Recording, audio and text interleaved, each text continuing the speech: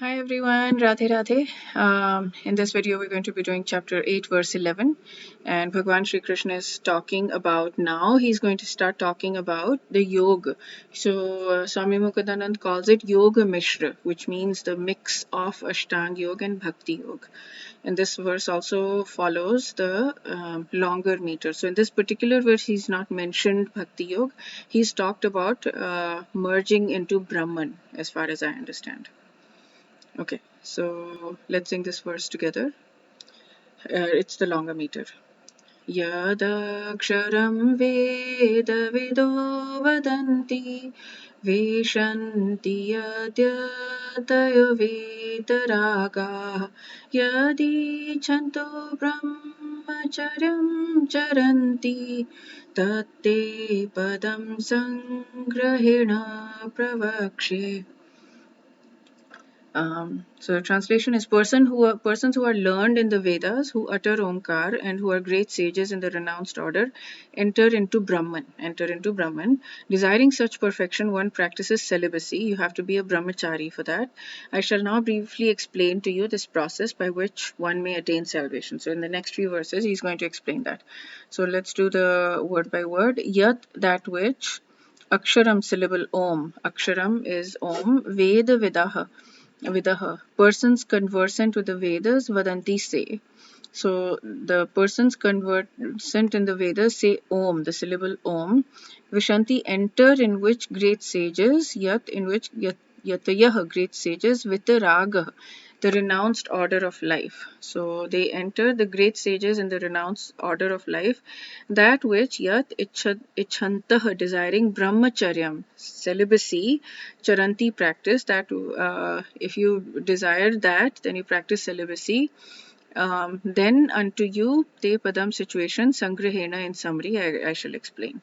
So that thing I shall explain. So I'm not seeing where it says enter into Brahman here specifically. So I'll read Swami Mukundanand's also. Okay, so what he's saying here is that Lord Sri Krishna has recommended the practice of Sat Chakra Yoga. In the previous verse, he talked about this yoga where you place the air of life between the eyebrows. So he said, I'm going to explain it in the following verses. So I think he talks about Brahman. He says Brahman because we're mentioning Om, and Om is a way to get into the Brahman situation. And he says that to be a brahmachari is very difficult. So in this age of Kali, the chanting of the holy names is Hare Krishna, Krishna Krishna, Hare Hare, Hare Ram, Ram Ram, Hare Hare. That is the way. You don't need to practice celibacy, because if you want to enter into Brahman, then you need to practice celibacy. So in the Vedas, God is referred to by many names, but one of the formless aspects is called Akshar. So the translation says, scholars of the Vedas describe him as imperishable. The great ascetics practice the vow of celibacy and renounce worldly pleasures to enter into him. So he doesn't specifically say enter into Brahman. I shall now explain to you briefly the path to that goal. So he says Sangrahena, which means brief. This path is very difficult and not suitable for everyone, so he's not going to elaborate much. And then he calls it Yoga Mishra Bhakti, which means the mix of the Ashtanga Yoga as well as Bhakti Yoga. And it demands a life of rigid continence and severe austerities, including Brahmacharya. So, as was explained in 614, the practice of celibacy conserves a person's physical energy. When it's channelized through sadhana, it gets transformed into spiritual energy. I think everybody agrees with that if you conserve your physical energy, then it gets channeled into whatever you want. You can get material energy also. People who are really rich many times will do things like this because they want to conserve their energy, and then they can channelize it into whatever material energy or spiritual energy.